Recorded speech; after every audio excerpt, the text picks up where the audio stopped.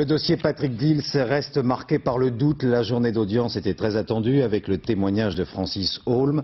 Une nouvelle fois, le tueur en série a affirmé qu'il n'était pas le meurtrier des deux enfants. Une audience suivie par Stéphanie Pérez et Jérémy Drieux.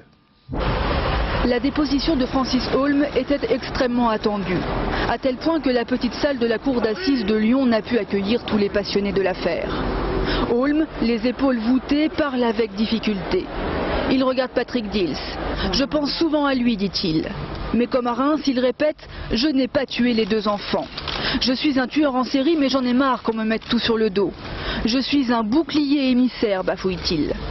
Quant à ses déclarations sur l'homme en sang qu'il a vu, il affirme avoir dit n'importe quoi, parce que le capitaine Hans, présent dans la salle, ne le respectait pas.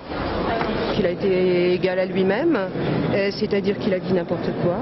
Une chose et son contraire à 2 secondes d'intervalle. Et je crois que ça permet peut-être de mesurer sa sincérité finalement, parce qu'il dit des choses qui ne sont pas en sa faveur.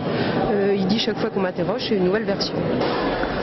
Le procès piétine, mais la défense de Patrick Dils reste persuadée de l'implication de Holm. Je trouve par exemple très intéressant qu'à la fin, ils disent à Madame Beckrich, de manière émouvante, « Je vous jure sur la tombe de ma mère que je n'ai pas tué vos deux enfants. » L'ennui, c'est qu'elle dit aux gendarmes il y a 3 semaines, « Je vous jure que c'est Henri Leclerc qui a tué les deux enfants et que je l'ai vu. » Le doute persiste, la confusion est telle que la présidente du tribunal appelle même par erreur l'accusé Dils, Patrick Holm.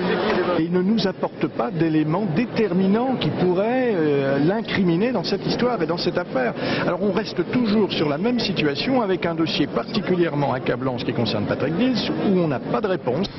Francis Holm affirme avoir dit n'importe quoi sous la pression des enquêteurs. Les défenseurs de Patrick Dils savent maintenant que s'ils veulent obtenir l'acquittement du jeune homme, ils doivent prouver que lui aussi a pu dire n'importe quoi sous cette même pression.